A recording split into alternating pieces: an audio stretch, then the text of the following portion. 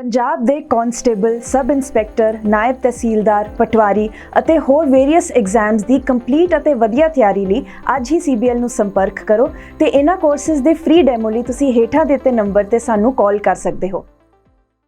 Hello everyone, welcome back. This is Manish Pawar and you are watching CBL. कैसे हैं आप लोग? सब बढ़िया? चलिए आज डिस्कशन करेंगे हम लोग मिक्स क्वेश्चंस के बारे में। आज भी day 1 today, day 2 tomorrow and third day the day after tomorrow. अब जो नेक्स्ट 3 डेज आपके होंगे वहां पर हम लोग डिस्कशन करेंगे किसके बारे में? आपके मिक्स क्वेश्चंस के बारे में। और जो क्वेश्चंस उनका जो लेवल होगा वो टोटली आपका बेस्ड होगा किसके ऊपर? पटवारी एग्जाम के ऊपर। राइट सर, इस पे आपका डिस्कशन होने वाला है। तो आज का पहला क्वेश्चन आप लोगों के सामने ये रहा, पढ़िए इसे और बताइए मुझे कितना इसका आंसर आएगा। क्वेश्चन इज अ बस covers 240 kilometre eight a speed of 60 kilometre per our. एक बस है जो कि डिस्टेंस कितना है? 240 किलोमीटर। किस स्पीड से ट्रेवल करती है? 60 किलोमीटर पर आवर। ध्यान से समझना, बड़ा अच्छा क्वेश्चन है, डिफिकल्ट नहीं है। अच्छा, सेकंड कंडीशन गिवन है, एंड द सेम बस इट कवर्स 450 किलोमीटर। अब की बार डिस्टेंस कितनी होगी सर? 450 किलोमीटर। स्पीड क्या है? स्पीड आपकी है 50 किलोमीटर पर आवर। अब की बार स्पीड कम है, डिस्टेंस ज्यादा है। पहले वाले केस में डिस्टेंस कम है, स्पीड आपकी ज्यादा है। अब की बार इसने बोला find the approximate average speed of the whole journey.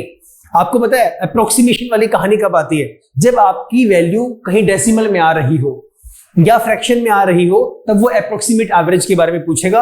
Approximate speed पूछ लेगा, अप्रोक्सीमेट एज पूछ लेगा, कुछ भी इस तरह की वैल्यू से जहां पर वर्ड आ गया अप्रोक्सीमेट, मतलब वहां पे क्या आएगा आंसर? राउंड ऑफ में आएगा, पॉइंट में आएगा, फ्रैक्शन में आएगा। उसको आपको चेक करना। 4 वैल्यूज गिवन है। स्पीड इसने पूछा है। स्पीड का फॉर्मूला आपको पता है, मैं लिख भी देता हूं। Average speed that is equal to total distance upon total time. इतना टाइम का क्वेश्चन ये है नहीं, total distance upon total time. बताओ कितना इसका आंसर आएगा। सारा क्वेश्चन तो सोल्व कर दिया मैंने, बचा क्या इसके अंदर? फॉर्मूला मैंने लिख दिया। टोटल डिस्टेंस कैसे निकालोगे? ये रहा 240 प्लस आपका 450, कितना आ गया? 690। ये लो 690, पहला ही point, divided by total time. Time निकालने के लिए क्या करोगे? 240 अपॉन 60, कितना आ गया? 40। यहां से वैल्यू आ गई आपकी 40। यहां से कितना आया? 90। 90 प्लस 40 130। ये लो 130। 0 से 0 कट हो गया आपका। 13 से कितनी वैल्यू आ गई? 69 अपॉन 13। अब ये मुझे बताओ कितना इसका आंसर आएगा। सर 69 अपॉन 13 तो मेरे पास ऑप्शंस के अंदर है ही नहीं। अब मैं क्या करूं? तो करना क्या है, ऑप्शंस गिवन है आपको, ऑप्शंस के बिहाफ पे चेक करिए। और उससे पहले मैंने क्वेश्चन जब पढ़ा था मैंने बताया था किसकी कहानी है? अप्रोक्सीमेट की। तो उसको सॉल्व कर लो, कितनी वैल्यू आएगी? ये आएगी 5 देन 3, 53 पॉइंट समथिंग आपकी वैल्यू आएगी। कहां पर है? ये रहा 53 किलोमीटर पर आवर। ये आपका राइट आंसर है। अब मेरी बात सुनो, ये तो क्या समझाने का तरीका। अब एग्जाम में कैसे करना है? अब आप एक स्टूडेंट हैं, छोड़ो मैं एक स्टूडेंट हूं फॉर एग्जाम्पल, और मेरे सामने ये क्वेश्चन एग्जाम के अंदर आ गया। सुनना मेरी बात। मैंने क्वेश्चन पढ़ा, A bus covers 240 kilometre eight a speed of 60 kilometre per our. जैसे आपने ये कहानी पढ़ी ना, 240 kilometre at the speed of 60 kilometre per our, अपना रफ में साइड में लिख लो कि कितनी वैल्यू मेरे पास होने वाली है? 40 आवर्स। ये मेरे पास कितना हो गया? टाइम आ गया, पहले पता लग गया मुझे। अच्छा, सेम बस है, वो कवर करती है 450 eight a speed of 50 kilometre per our. अब कितना आ गया सर? 90 आवर्स आ गए। इतनी कहानी क्लियर है। पूछा क्या है? इसने पूछा approximate average speed. Average speed total distance वहीं पे ऐड कर दो, 240 450, कितनी वैल्यू आ गई? 690 डिवाइडेड बाय टोटल कितना आ गया? 130। कहानी खत्म। अब आप जाओगे सर इसने पहले ही बोला हुआ अप्रोक्सीमेट मुझे निकालना है, 0 से 0 कट हो गया। अब यहां पे जाना है 69 अपॉन 13। सुनो मेरी बात, पूरा डिवाइड करना नहीं है। 13 5 65, 13 5 65। मेरे मन में आया 5, मैंने पहले जैसे ही मन में 5 आया ना, वो 5 चेक कर लो। तो ये दोनों डिस्कार्ड पहले ही हो गई, इनका कोई ऑप्शन बचता ही नहीं है। बचा क्या? 53 58, इनमें से मैं चेक करूंगा। अब आगे मैं गया 65, रिमाइंडर कितना आया? 4 0, 13 3 39, 3 पे जाएगा तो 53 किलोमीटर पर आवर। सिंपल सा फंडा है। ये सारी की सारी कहानी ब्रेन में चलेगी, जहां पे मुझे जरूरत पड़ेगी कैलकुलेशन करने की वो ये लिखना पड़ेगा मुझे कि मैंने क्वेश्चन पढ़ा 6 4 24 40 लिख दिया रफ में अपना, 40 आ गया पहले वाले का, अगला का 450 50, ये 90 आ गया दूसरे वाले का, टोटल मेरे पास कितना बन गया, ये बन गया मेरे पास 130, एवरेज स्पीड कहाँ है ये नीचे आएगा, डिस्टेंस टोटल ऊपर आएगा 240 490 450, ये हो गया 690 बटे 130। ऐसे क्वेश्चन को सोल्व करना है और कुछ करना ही नहीं है। समझ गए? क्लियर है? स्मार्ट वर्क करना है, टाइम कम कंज्यूम करना है। क्वेश्चन नंबर 2, ये क्वेश्चन अच्छा है, बहुत ही बढ़िया क्वेश्चन ये है, very good question, this is important. ऐसा क्वेश्चन मैंने पहले भी करवाया था एक, बताओ कितना इसका आंसर आएगा। मैं क्वेश्चन रीड कर देता हूं। क्वेश्चन है, if a certain sum becomes 27 times in 12 years at CI, then in how many years it will becomes 81 times. बहुत अच्छा क्वेश्चन है और ऐसे क्वेश्चन एग्जाम में आते हैं सर। देखिए CI वाले क्वेश्चन में, ऐसे क्वेश्चन में कैसे आप करेंगे, सिंपल सा फंडा, बेसिक सी कहानी देख के मुझे बताओ क्या आप करने वाले हैं। जल्दी, शाबाश।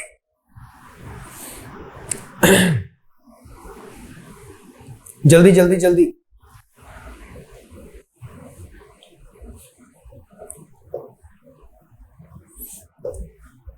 देखो, if a certain sum becomes 27 times in 12 years, पहले कितना टाइम दिया हुआ है आपको, 12 years। 12 years में कितना हो गया, 27 गुना हो गया। समझना पहले क्वेश्चन को, 27 टाइम्स हो चुका है। अब एग्जाम के दिन बचे हैं, शायद आपका क्या डे हो गया आज, this is Wednesday, Thursday, Friday, Saturday, दिन बचे हैं 3।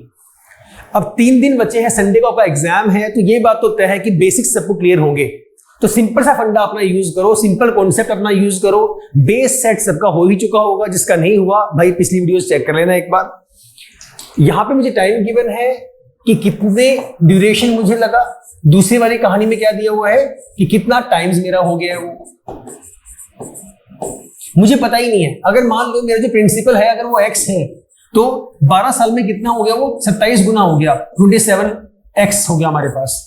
इसी कहानी की बात कर रहे हैं। अब इसने पूछा था इन हाउ मेनी इयर्स, मतलब मुझे ये नहीं पता, इसकी वैल्यू मुझे नहीं पता। इट विल बिकम 81 टाइम्स, कितना हो गया वो 81 टाइम्स। अगर मैं इसके रिलेशन निकालना स्टार्ट करूं, इसका रिलेशन क्या निकालोगे आप बताओ, इन दोनों का रिलेशन निकाल दो। अब आप कहोगे सर इसका रिलेशन निकाल दो, 27 3 पे कर दूंगा 81 आ जाएगा। एक आसान सा तरीका सुनो, तरीके कई है, आसान सुनना सबसे। इसको मैं अगर ब्रेक करूं तो किसकी पावर बनेगी, ये बनेगा मेरे पास 3 क्यूब, यस और नो। अगर मैं इसे ब्रेक करूं ये बनेगा 3 raised to power 4। Now the question arises, sir 3 की पावर में क्यों किया, मैंने ऐसा कुछ नहीं किया। मैंने सिंपल सी एक कहानी कही कि 27 को मैं क्या लिख सकता हूं पावर्स की टर्म में, सर 3 क्यूब। जिसकी टर्म में आपने इसे ब्रेक किया उसी की टर्म में आप इसे ब्रेक करो, तो मैंने वो कर दिया 3 की पावर 4 बनेगा। तो भाई समझ गए। अब देखो ये वाला पॉइंट आपको निकालना है, this I need to find out. वो आपको गिवन है, जो निकालना है वो ऊपर, जो गिवन है वो नीचे। ये सर कहां से आया, ये मैं पावर की बात कर रहा हूं। जो निकालना है मुझे इसका रिलेशन निकालना है, इतना टाइम्स है, जो पावर है 4 मेरे पास ऊपर, जो गिवन है वो मेरे पास नीचे, मल्टीप्लाई बाय कितना गिवन है आपको 12। बड़ा सिंपल सा फंडा हो गया, 3 से कट गया 4 पे, 4 4 16, तो 16 ये मेरा राइट आंसर है। तरीके बहुत सारे होते हैं, एक और बढ़िया मेथड मैंने आप लोगों को बताया सीआई वाले क्वेश्चंस के अंदर। ऐसा जब कॉन्सेप्ट आ जाए तो आपको इस तरीके से सॉल्व करना है। ये कहानी जो मैंने यहां पे लिखी, ये सॉल्व करने में टाइम कितना लगेगा, समझ रहे हो। आसान सा क्वेश्चन, बहुत अच्छा क्वेश्चन, देखो एक बार फिर आगे चलते हैं।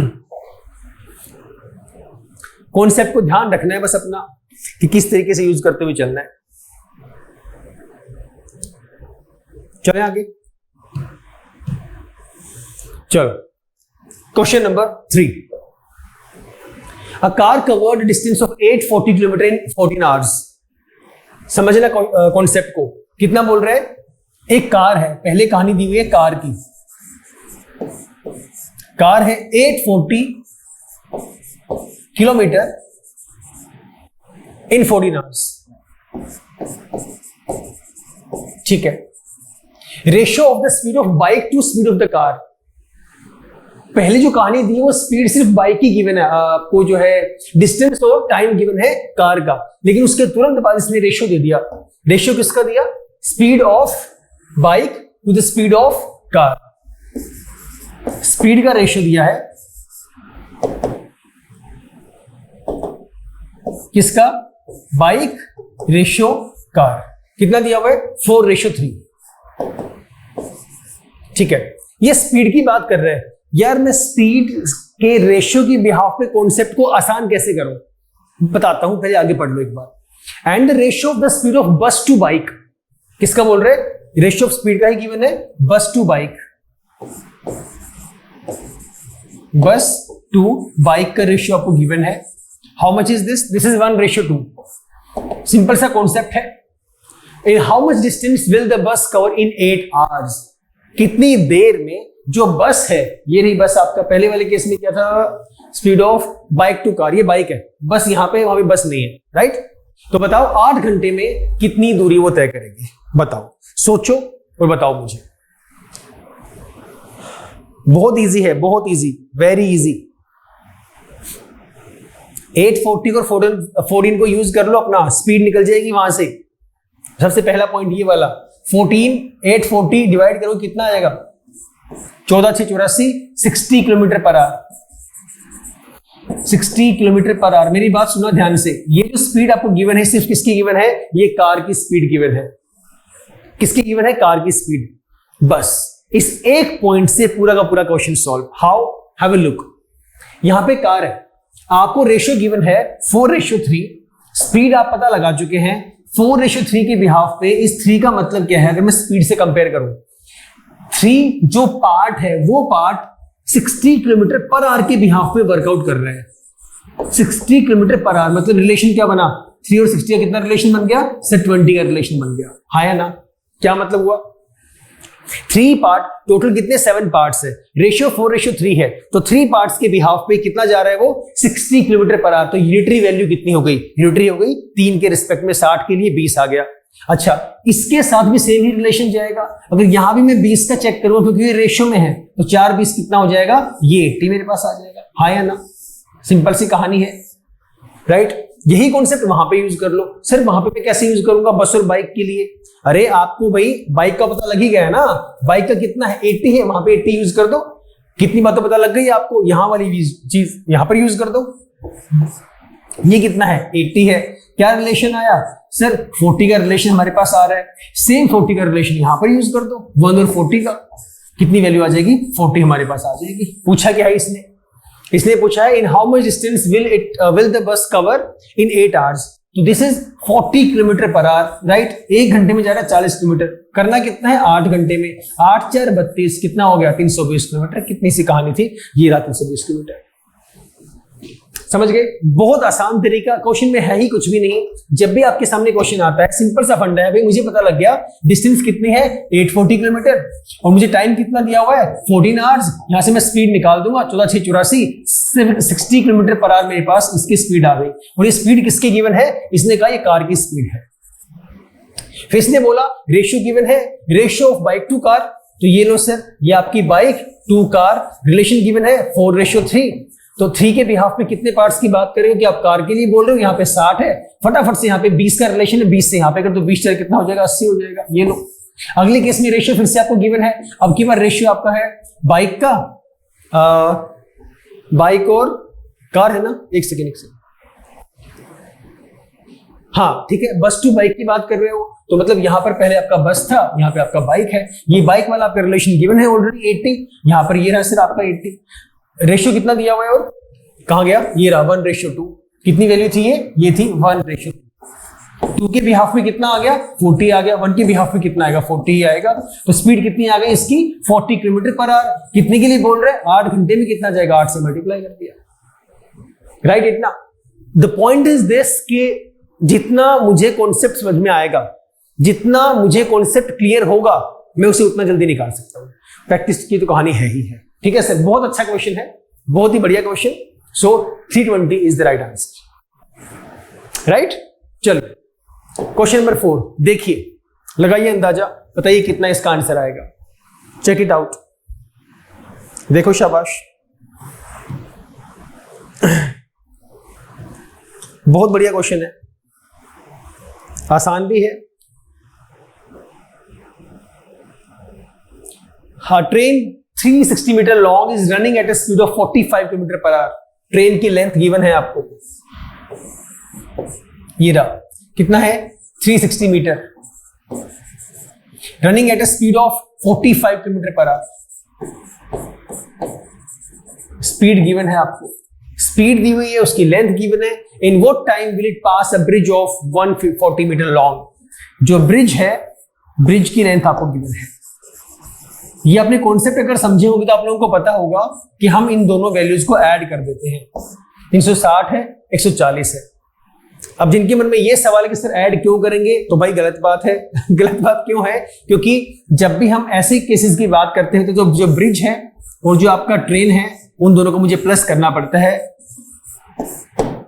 कभी कभी ये भी होता है कि सिर्फ एक पर्सन को पास करती हुई जा रही है ट्रेन, या किसी पोल को पास करती हुई जा रही है, वो नेग्लिजिबल है क्योंकि उनकी जो लेंथ है as compare to train, as compare to platform, बहुत नेग्लिजिबल है, बहुत कम है। बता दो, अब तो हिंट भी मैंने दे दी है एडिशन करने के लिए। जल्दी शाबाश। अब बहुत से स्टूडेंट्स शायद यहां पे गलती कर रहे होंगे। अब वो गलती क्या कर रहे होंगे? मैंने लिखा भी इधर, this is 45 kilometre per our. मैंने यहां भी लिखा है मीटर।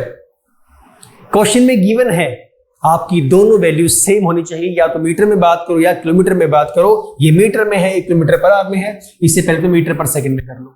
तो कितनी वैल्यू है? 45 मल्टीप्लाई बाय 5/18। सिंपल सा फंडा, समझ गए?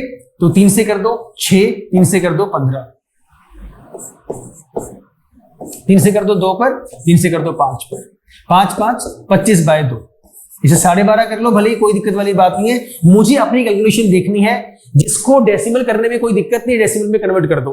जिसको लगता है डेसिमल में दिक्कत आती है तो इसको 25/2 ही रहने दो, तो उसे मत करो। Right sir? तो अपना ये आ गया 25/2 मीटर पर सेकेंड। ये आ गया। टोटल वैल्यू कितनी आ गई आपकी? 360, 140 कितना हो गया? 500 हो गया भाई। अब तो बचा ही क्या? क्वेश्चन के अंदर कर दो सॉल्व। 500 डिवाइडेड बाय 25/2, 2 ऊपर जाके आपका मल्टीप्लाई हो जाएगा। आंसर आ गया सामने आप लोगों का। बताओ कितना आया? 2/25। सिंपल से फंडा। 25 दूनी 50, 2 20 दूनी 40। कहां पर है 40? ये रहा 40 second. This is the right answer. बताओ क्या था इसके अंदर? सब कहानियां आसान है, क्वांट है, क्या ही डिफिकल्ट एग्जाम में आ जाएगा। अगर मैंने सब कुछ ही समझा हुआ है अच्छे से, मुझे सारे कॉन्सेप्ट ही आते हैं, तो कुछ भी डिफिकल्ट हमें लगेगा ही नहीं। हाँ, डिफिकल्ट लगेंगे ऐसे क्वेश्चन जो थोड़े से कंफ्यूजिंग होंगे, लेकिन प्रैक्टिस कर रखी है तो सब कुछ आराम से होने वाला। ठीक है सर, चले आगे। क्वेश्चन नंबर 5, बड़ा आसान क्वेश्चन, बड़ा अच्छा question. How many bricks, each measuring 25 centimeter, 11.25 centimeter, 6 centimeter, will be needed to build a wall of 8 meter, 6 meter, 22.5 centimeter? बहुत अच्छा क्वेश्चन है। How many bricks का मतलब है आपको नंबर ऑफ ब्रिक्स निकालनी है। आपको निकालना है नंबर ऑफ ब्रिक्स। बताओ कितना इसका आंसर आएगा? जल्दी बताओ, शाबाश। Giving you few seconds. Calculation difficult नहीं है, कहीं सोचो से कैलकुलेशन बड़ी डिफिकल्ट है। कैलकुलेशन भी कुछ नहीं है भाई, बहुत आसान है। जल्दी जल्दी, शाबाश।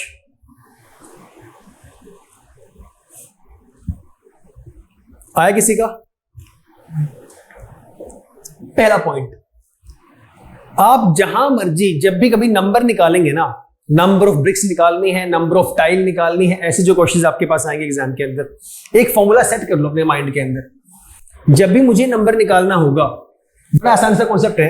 आप लोग क्या करोगे?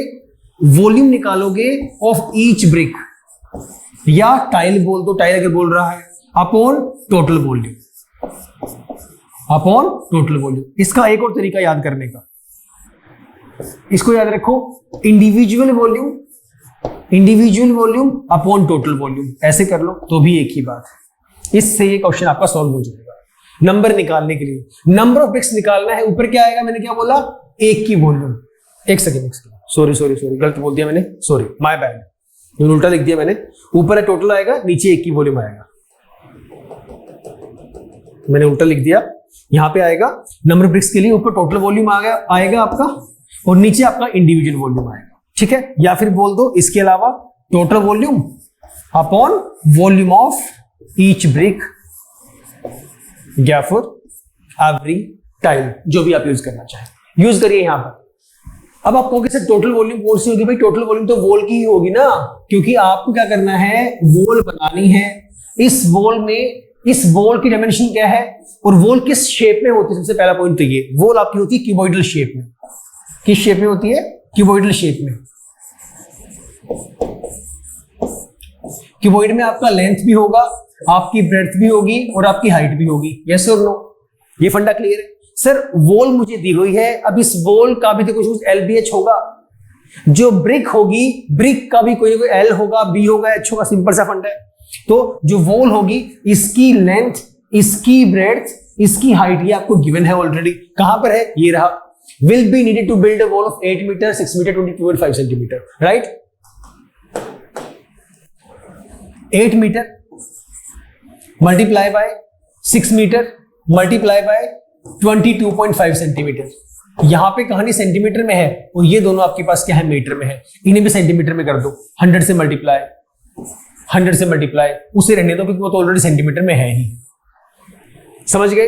अपॉन में volume of each brick, each वो तो सारे सेंटीमीटर में है ही है, आसान हो गया। 25 गुणा 11.25 एंड गुणा में आपका 6 सेंटीमीटर। कैलकुलेशन को डिफिकल्ट नहीं करना कभी भी। जब भी आपके पास कहानी आती है डेसिमल्स वाली, what we need to do, उसे लाइक डेसिमल में कन्वर्ट करो। सबसे अच्छा फंडा है, लाइक डेसिमल में कन्वर्ट कर लो। लाइक डेसिमल में कैसे करेंगे? यहां 2 के बाद डेसिमल, वहां 1 के बाद डेसिमल। मैं अगर यहां भी एक 0 लगा दूं तो कितने डिजिट बन गए? 2 के बाद डेसिमल, 2 के बाद डेसिमल, लाइक हो गए। इजी हो जाएगी कैलकुलेशन। अगर किसी को लगता है सर मुझसे ऐसे इजी नहीं होती है, दिक्कत आती है, डेसिमल को हटा दो। 100 लगेगा, 1000 लगेगा, उसके अकॉर्डिंग सॉल्व कर लो, जैसे आसान लगे वैसे कर सकते हैं।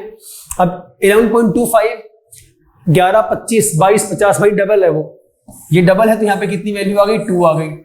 उसके बाद 25 से काट दो या फिर 6 से आसान कर लो। ये लो 25 से 6 से कर लो, पहले 100 आ गया, 25 से कर लिया, 25 4 100 हमारे पास आ गया। 8 4 32, 32 दूनी 64, 6400 टाइल्स हमारे पास होंगी। ये आपका आंसर है। बताओ, कोई डाउट, कोई कंफ्यूजन हो? क्लियर है? तो ये क्वेश्चन अच्छा क्वेश्चन है। बस ध्यान रखना है जब भी ऐसी कहानी आपके पास आए उन्हें कन्वर्ट करना ना भूले, और नंबर का फॉर्मूला क्या होता है, अपना फॉर्मूला अपना याद रखिए। Right sir? चलिए नेक्स्ट क्वेश्चन के पास चलते हैं। क्वेश्चन नंबर 6 बहुत अच्छा क्वेश्चन है, very good question. This is very important, this is very important.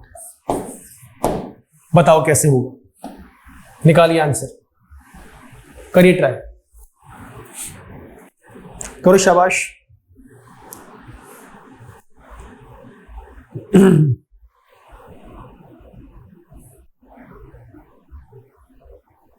देखो देखो देखो, कहानी में डिफिकल्टी नहीं है, क्वेश्चन को समझो बस। An article was sold at a profit of 12%. X वाले तरीके से कर लो, 1 के तरीके से कर लो, 100 के तरीके से कर लो, जिस मर्जी तरीके से कर लो। एक आर्टिकल है जिसे बेचने पर फायदा हुआ 12% का। If the cost price would be 10% less, अगर सीपी 10% कम होता तो सेलिंग प्राइस वुड बी ₹5.75 मोर। अगर 10% कम होता तो प्रॉफिट ही, लेकिन पहले वाले के कंपैरेटिवली 10% अगर कम हो जाता तो जो एसपी है वो 5.75 ज्यादा होता। There would be profit of 30%। इसलिए ऐसे क्वेश्चंस को देख के ना परेशान नहीं होना, यहां पे कंडीशन लिखी हुई है साफ साफ, तो कंडीशन के अकॉर्डिंग बता भी रहे हैं हमें। और इसलिए पूछा गया है then at what price it should be sold to make a profit 20%। तो बताओ किस प्राइस में से बेचा जाए, एसपी निकालना है ताकि जो प्रॉफिट है वो 20% मुझे हो सके। ठीक है, देखो बेसिक बताता हूं, एक बार सुनना ध्यान से। इसने पहले बोला एक आर्टिकल को बेचा गया 12% के प्रॉफिट पे, यस और नो, इसने यही कहानी कही। बाद में क्या बोल रहा है, बाद में इसने बोल दिया कि भाई अगर वो 10% कम पे बेचता, मैं पहले वाली कहानी को लिखता हूं। पहले मान लेते हैं आपका जो है सीपी जो है वो 100 है, राइट। आपने कितने पे बेच दिया इसे, 12% के प्रॉफिट पे। 12% के प्रॉफिट, मतलब आपने 112 रुपए में बेच दिया। यहां तक कोई दिक्कत है? कोई दिक्कत नहीं है। आगे इसने क्या कहा कि भाई अगर वो 10% कम पे बेचता, if the cost price would be 10% less, तो सीपी अगर 10% कम है तो सीपी पहले कम कर दो। ये सीपी पहले 100 था, 100 से आपने कितना कर दिया? आपने कर दिया 10% लेस, मतलब अब सीपी कितना हो गया? 90 हो गया। ठीक है, अगर 90 है तो सेलिंग प्राइस वुड बी 5.75 मोर। देखो वो सीपी है, ये आपका एसपी है, इसका भी कोई ना कोई एसपी हमारे पास यहां पर आएगा ही आएगा। लेकिन इसने कहानी में क्या बोल दिया? आपका जो एसपी है वो 5.75 रुपीज ज्यादा हो जाता। क्या मैं यहां पे 112 और 5 जोड़ के सीधा यहां पे लिखने से 17 लिख दूं? गलत, ऐसे मत कर देना। आपने रिलेशन अभी चेक किया ही नहीं है। रिलेशन क्यों नहीं चेक हुआ हमारे पास? क्योंकि इसने कहा है भाई कि आपका जो है 30% प्रॉफिट जो है होता, तो 90 का 30% प्रॉफिट कितना हो जाएगा? 9 3 27, कितनी वैल्यू आएगी? 117। हमारे पास रिलेशन कितना आ रहा है? हमारे पास रिलेशन आ रहा है 5 रुपए का, और आपने कितना बताया हमें? आपने कहा 5.75 का। यहां तक की कहानी बताओ, कोई दिक्कत है किसी को? अब तो बचा ही क्या? 5.75 आ गया, 5.75 के रिस्पेक्ट में वैल्यू कितनी आएगी? और उसे कर दूंगा मैं 100 से मल्टीप्लाई, तो sir 100 multiply by 1.15, as easy as that. कितना आएगा सर? 115 वैल्यू हमारे पास आ गई। और लास्ट कंडीशन क्या बोल दी इसने कि भाई बताओ कितने पे बेचें to get a profit of 20%। 20% में कितना हो जाएगा सर? 120 by 100, very easy. कितनी वैल्यू है? 115 मल्टीप्लाई बाय 120 डिवाइडेड बाय 100, निकाल दो ना सर। क्वेश्चन में बचा ही क्या आपका? आपके अब तो कुछ बचा ही नहीं है, 0 से 0 चला गया आपका, राइट। 5 से गया 2, 5 2 10, 5 3 15, 2 से काट दो 6 पे, 6 3 18 का 88 लेख, 6 3 12 13, 138 रुपए हमारे पास आंसर है। This is the right answer. बताइए, बहुत इंपॉर्टेंट क्वेश्चन है, this is very important question. Simple सा फंडा, बस यहां तक के आने की दिक्कत है, उसके बाद तो पुराने वाली कहानी हमारे पास, राइट। ऐसे क्वेश्चन छोड़ने नहीं है किसी भी सूरत के अंदर। क्वेश्चन नंबर 7, रीजनिंग का क्वेश्चन, देखिए क्या कहता है। बहुत आसान क्वेश्चन, इंपॉर्टेंट है, आसान तो है ही है, but this is important question. ऐसे क्वेश्चन एग्जाम में आते हैं सर, बहुत क्वेश्चन ऐसे देखे जाते हैं। क्या बोला? 3 different position of a dice are shown here, which number appears on the face opposite to the 4? 4 के opposite में कौन सा आएगा? 4 के opposite में कौन सा आएगा? बताओ भाई, जिसने कॉन्सेप्ट समझा वो बताओ, जिसने नहीं समझा अभी देख लेना, मैं करवा दूंगा। 2 कहानियां आप सब लोगों ने सीखी होंगी। चलो पहले टाइम ले लो, 10-15 सेकंड, 15 सेकंड ले लो, बताओ मुझे कितना इसका आंसर आ रहा है। जल्दी जल्दी, शाबाश।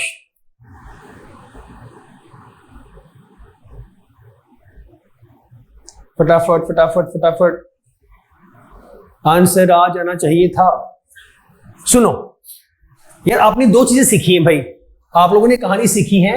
एक आपने सीखा है क्लॉकवाइज वाली कहानी, एक आपने सीखा है एंटी क्लॉकवाइज, जो हम लोग जनरली ऐसे केसेस में यूज करते हैं। यहां पर आपने क्या देखा इस वाले पॉइंट में? सर 4 के बाद की आप बात कर रहे हैं, यही बात कर रहे हैं ना। 614, ना इसमें 4 है ना उसमें 4 है, तो 4 की इसकी बात कर रहे हो। अब मैं कॉमन वैल्यू चेक करता हूं। कॉमन वैल्यू में यहां 1 है, इस वाले में 1 है, यहां भी 1 है। 6 है, 6 तो है नहीं, 4 भी नहीं है, इसमें से कोई भी यहां तो मैच कर ही नहीं रहा। मतलब इन दोनों में एक वैल्यू मेरे पास कॉमन है, दैट इज 1। यस और no? Now start moving clockwise. किसको मूव करवाएंगे? क्लॉकवाइज को करवाएंगे। क्यों कराएंगे सर? मैंने बताया था कि हम लोग जब भी ऐसे केसेस की बात करते हैं उस सिनेरियो में you need to travel with the same value with clockwise. Same value कौन सी है? 1 है। यहां से क्लॉकवाइज चलना शुरू कर दो, यहां से ऐसे। पहले क्या आएगा आपका? 1 आएगा, फिर क्या आएगा? 4 आएगा, फिर क्या आएगा? 6 आएगा। Same repeat with the same value. यहां से करना स्टार्ट होगा, पहले 1, फिर 5, फिर आपका 2, जो कितना आएगा? 1, 5 और 2। और हमने क्या कहा? ऑपोजिट में, तो ये तो रहा ऑपोजिट। 4 के ऑपोजिट में क्या होगा? 4 के ऑपोजिट में 5 आपका आएगा। ये रहा आपका 5, राइट आंसर। ऐसे क्वेश्चंस को देख के ही गोली मार दो इनको तो फटाफट, कोई टाइम लगाना ही नहीं है, और सीधा सीधा जो निशाना लगाना है वो राइट आंसर पे लगाना है। और ये तब लगा पाओगे जब मुझे कॉन्सेप्ट आते होंगे, शायद हर लेक्चर में ये बात मैं बोलता हूं क्योंकि बिना कॉन्सेप्ट के कुछ भी नहीं है sir. Done. So 5 is the right answer. चले आगे, चलो क्वेश्चन नंबर 8 पढ़िए। बहुत अच्छा क्वेश्चन, वेरी गुड क्वेश्चन, ध्यान से पढ़ना। Two different positions of the same dice marked with the letters symbols X, $, Y, and Z, and भी है, हाँ, at the rate as shown. Select the letter symbol that will be on the face opposite to the face having the symbol $. Dollar कहां पे है? ये dollar है, ठीक है, ये आपका डॉलर है, ये $Y, एंड Z। अब इस वाले केस में YZ दो कॉमन है, कंपैरिजन कहां करूंगा मैं? कंपैरिजन करेंगे कैसे? और ये बड़ा इंपॉर्टेंट सवाल है, बताओ कौन सा आएगा और कैसे आएगा। सबसे पहले ये बता दो एक बार, जल्दी बताओ। सर पहले वाले में डॉलर है, अगर मैं ऊपर से चेक करूं लेफ्ट में Y है, Z में राइट में Z मेरे पास प्रेजेंट है, आगे वाली कहानी में Y है, एंड है, Z है। अब मैं कैसे चेक करने वाला हूं? थोड़ा सा सोचो।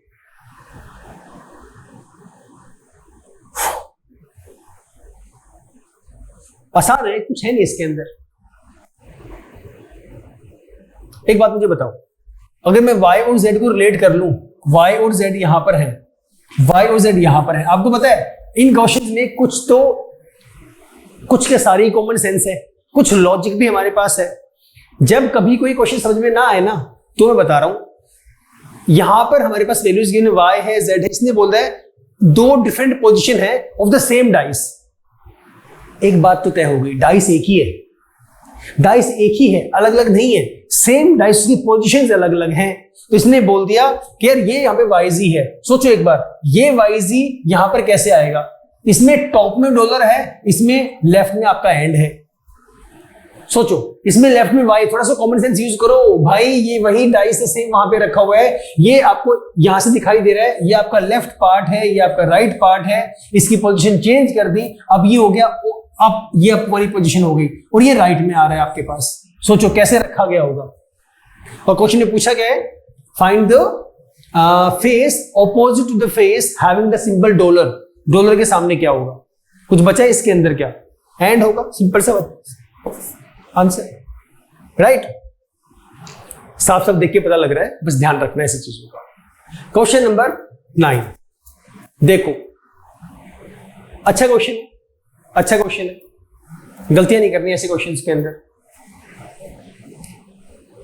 देखो एक बार, बताओ मुझे, करो चेक, आया आंसर?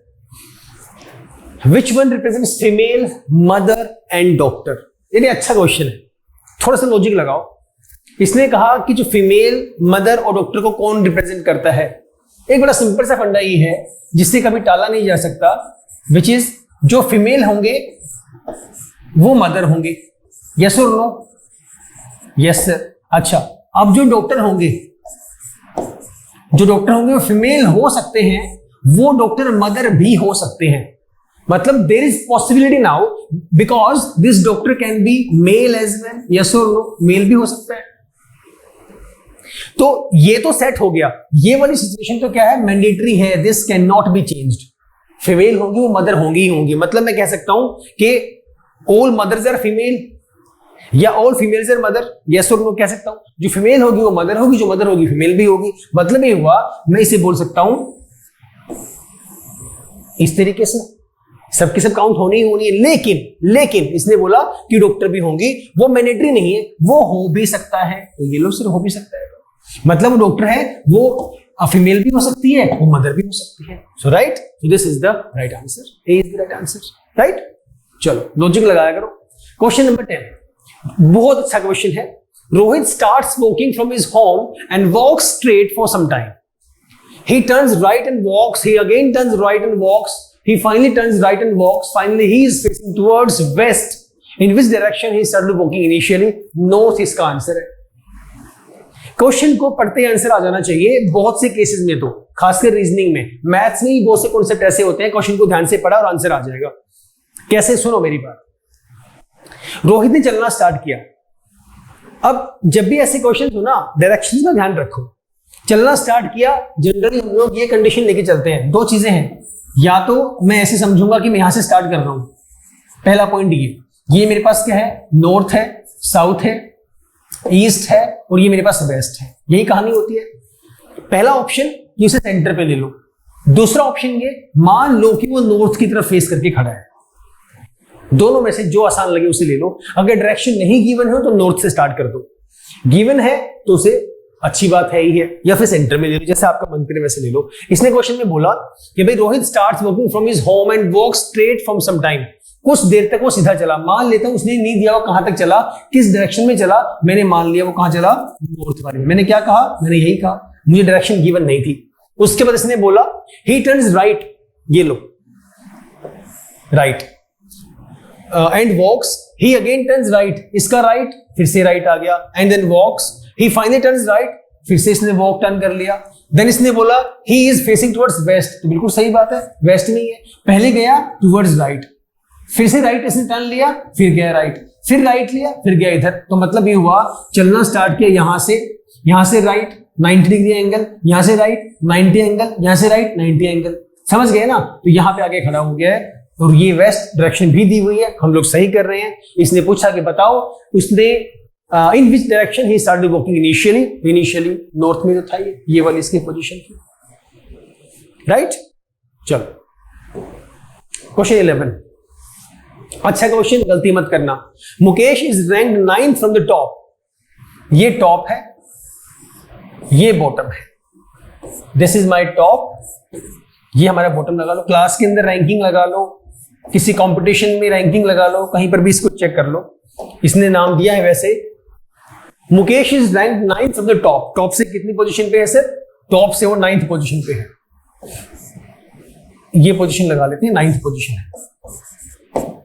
आगे बोला and 38th from the bottom, और बॉटम से किस पोजीशन पे है सर, बॉटम से वो है 38th पोजीशन पे।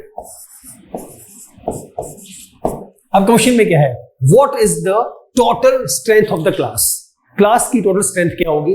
अब बहुत से स्टूडेंट 47 भी टिक करके बैठे हैं, जो कि गलत है, जो कि रॉन्ग है। व्हाट डिड यू डू, आपने क्या किया, 38 + 9 कर दिया, 38, 8, 46 और 47 पे टिक कर दिया। एक बात का मुझे जवाब दो, ये जो मुकेश भाई है, ये मुकेश है जिसकी आपको 2 पोजीशंस गिवन है, you have 2 positions of the same person, yes और नो। टोटल जितने भी कैंडिडेट्स इस क्लास के अंदर हैं, इस कंपटीशन के अंदर हैं, that does not matter, what matters आप एक ही बंदे को 2 बार गिन रहे हो, समझ गए। आपने ये कहा कि टॉप से 9th पोजीशन, मान लो ये पोजीशन है, इस पोजीशन पे है मुकेश, ऊपर से जब देखा, नीचे से जब चेक किया ये कौन सी पोजीशन पे है, मान लो यहां पे आता है, वैसे समझाने के लिए बता रहा हूं, मान लो आता है यहां पर, ये 38th पोजीशन है, ये आपकी 9th पोजीशन है। एक ही बंदे की 2 पोजीशन हो सकती है क्या, पॉसिबल नहीं है, एक ही पोजीशन रहेगी हमेशा। तो कॉन्सेप्ट तो आपका सही है कि आपने दोनों को प्लस कर दिया, लेकिन एंड में you have to subtract 1 value, because single person can not be taken twice in the same class, single person can not be taken twice for the same rank, possible नहीं है, rank उसका एक ही आएगा। लेकिन ये तो इसने टॉप और बॉटम से बोल दिया, पोजीशन तो हम लोग जनरल यूज करेंगे क्योंकि बंदा एक ही है। तो 38 और 9 47 में से एक गया, कितना आएगा सर, 46 आपकी टोटल स्ट्रेंथ आएगी, ना कि 47। This is the right answer, समझ गए। आगे चलते हैं क्वेश्चन नंबर 12 की तरफ। Which of the following combination is not correct? इनमें से कौन सा कॉम्बिनेशन करेक्ट नहीं है।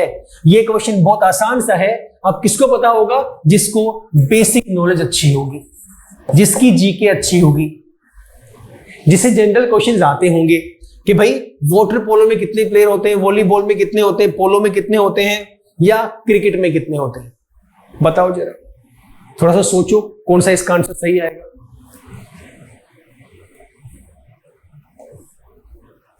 बताओ जल्दी बोलो।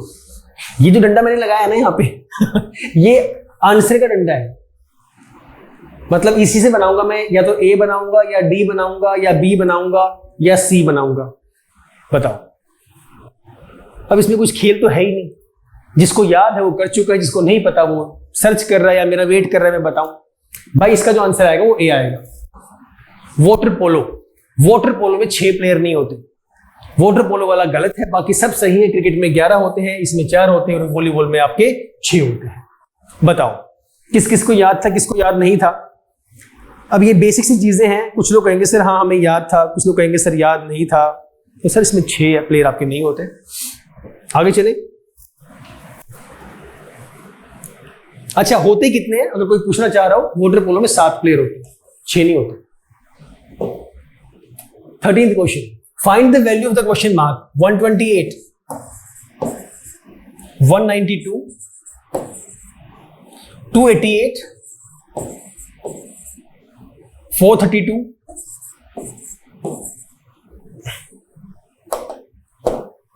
मैं यहां से लिखता हूं, थोड़ा स्पेस कम बचेगा मेरे पास। फिर आप लोग निकालो अपना आंसर, आपको दिखाई दे तो रहा ही है।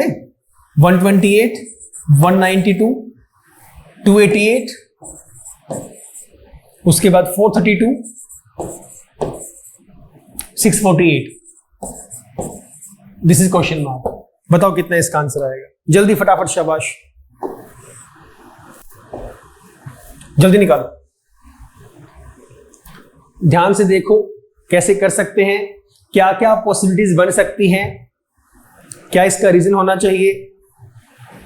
हमने देखा सर जो क्वेश्चन है इसमें वैल्यूज लगभग पास पास है, तो मैं काम करता हूं, मैं इसमें डिफरेंस चेक कर लेता हूं कितने कितने का है। पहले चेक किया यहां पर 12 में से 8 गया 4, 18 में से 12 गया 6, 64। इनमें चेक कर लो। 280, 8 में से 2 गया 6, 18 में से 9 गया 9, यही है। आगे देख लो, यहां पे चेक करते हैं। 12 में से 8 गया 4, 2, 12 में से 8 गया, फिर से आपके पास 4 आ गया, 3 में से गया 1, 144।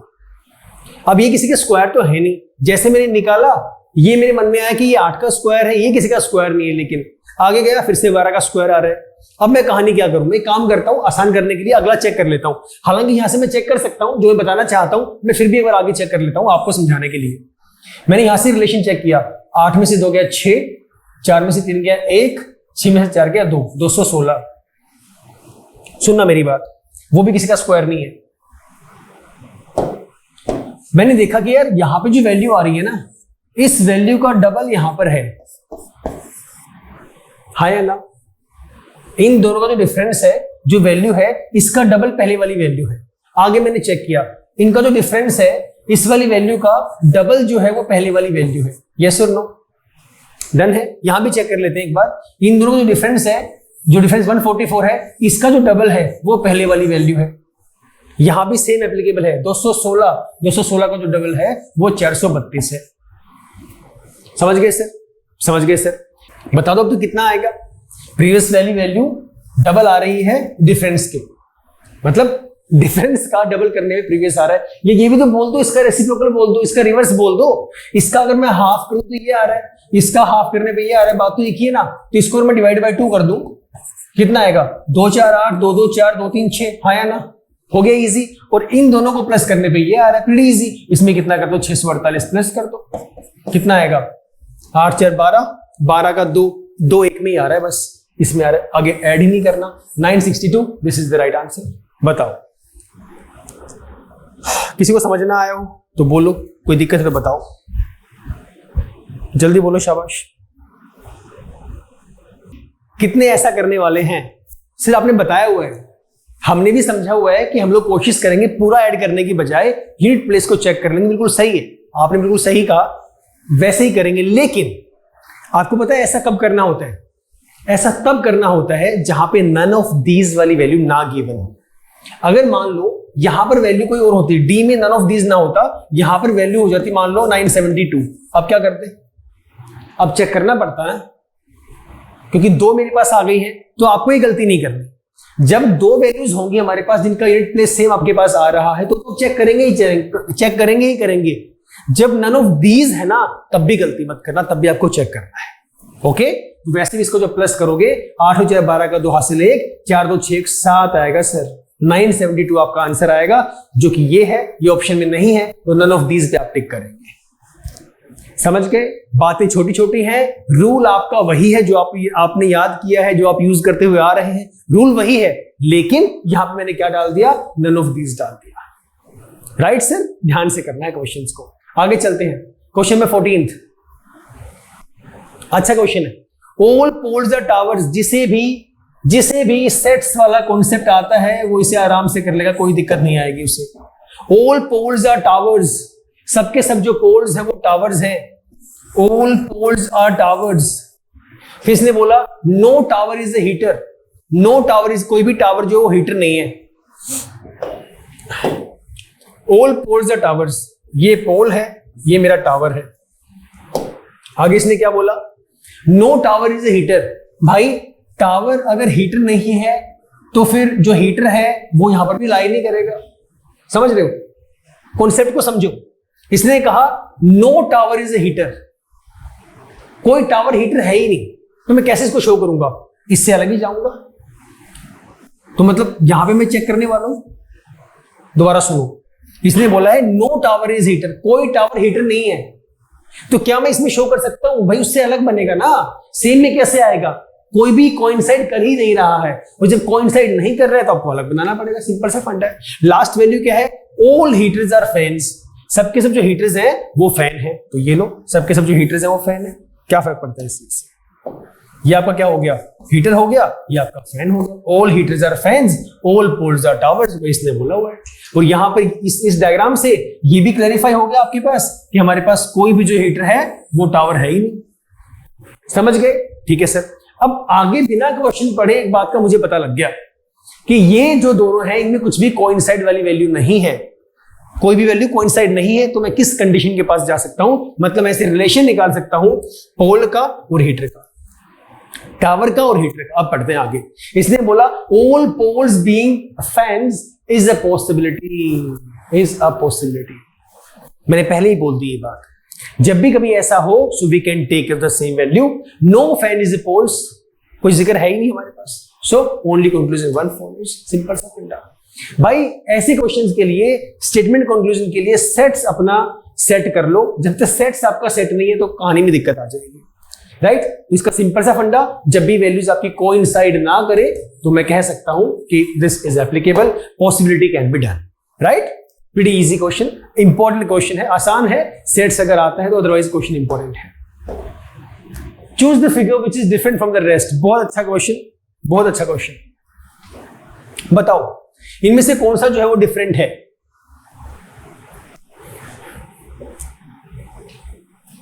सर सबके सब तो सेम है, इसमें क्या अलग है? कोई डिफरेंस है ही नहीं।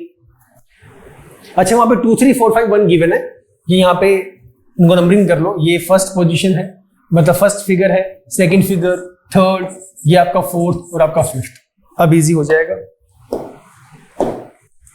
बताओ एक बात आप ध्यान से देख रहे हो, जो पहले वाला फिगर है that is something like this, इस तरीके से। दूसरे वाला जो फिगर है that is something like this.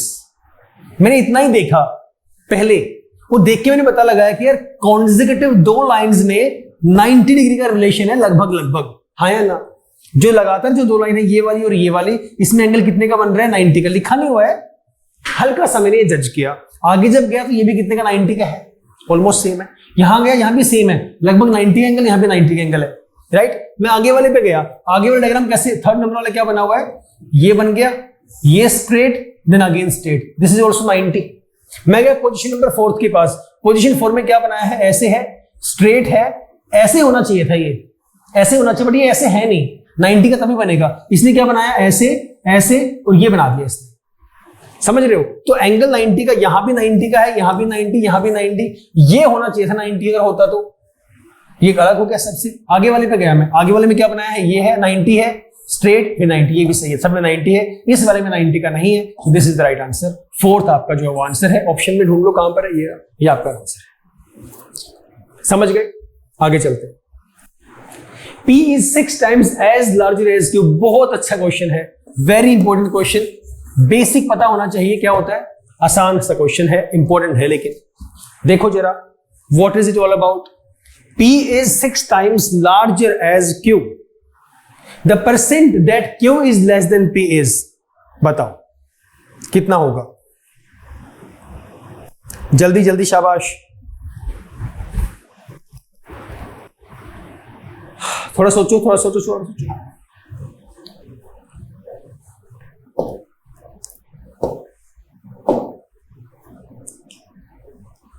क्या बोल रहा है, सुनो ध्यान से। P is 6 times as larger as Q। P बड़ा है, Q छोटा है। ये सिंपल सा फंडा हो गया सर। ये मेरा हो गया P, ये मेरे पास हो गया Q, right. The percentage that Q is less than P।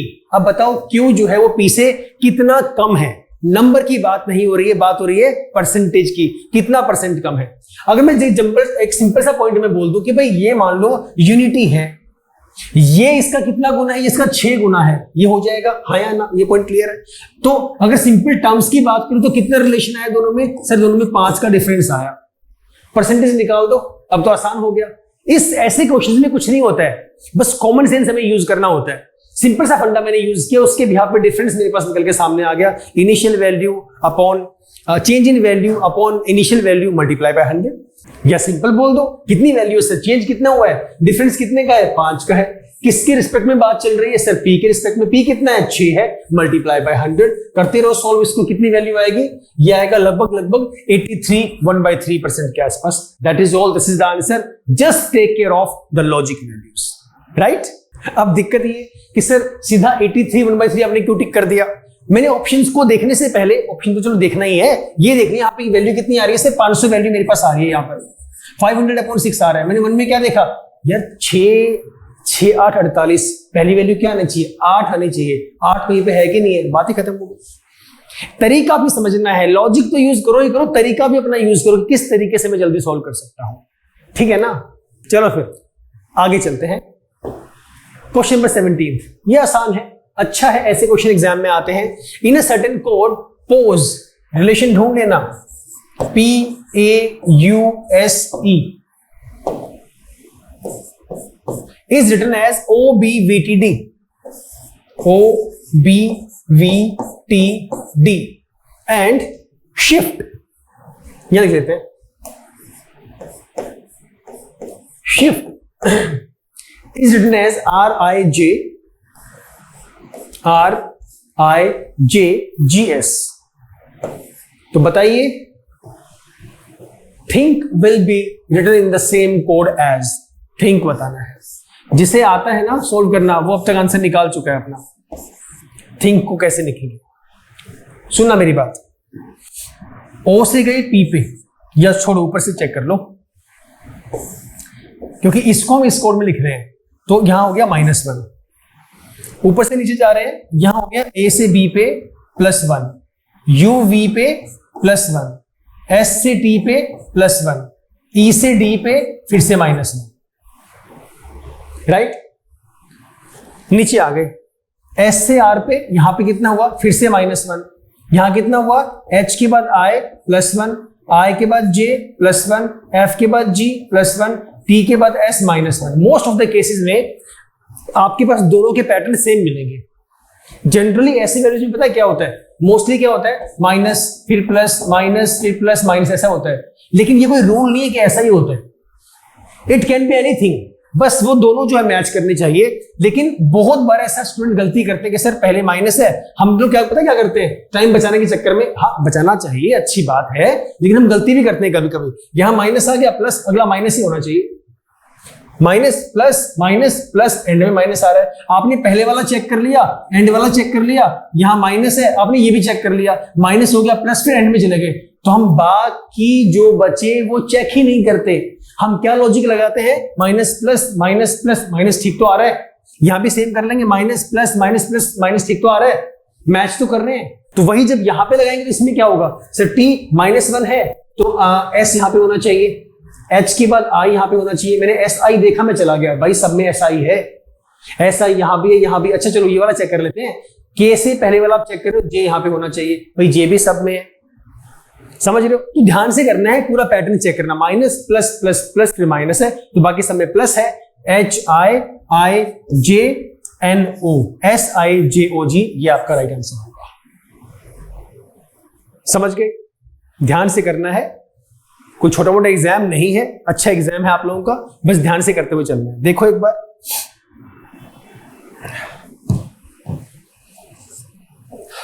Clear हो गया sir? I think this was the last question.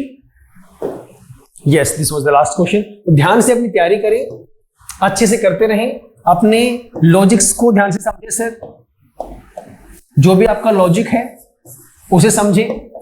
अब जो आपके पास जो टाइम बचा है उसके लिए पैटर्न अपना सेट कर लो, प्रैक्टिस करो ज्यादा से ज्यादा। जितनी ज्यादा प्रैक्टिस होगी उतना सब कुछ अच्छा होने वाला है। और mainly quant is a totally game of practice. Quant में जितनी प्रैक्टिस करोगे उतना आपके लिए कम होगा, उतना अच्छा होगा। राइट सर, फिलहाल इतना ही, मिलते हैं कल जहां पे और हम लोग मिक्स क्वेश्चन की प्रैक्टिस करेंगे। Till the time stay safe, stay happy and keep smiling. Bye bye, all the best.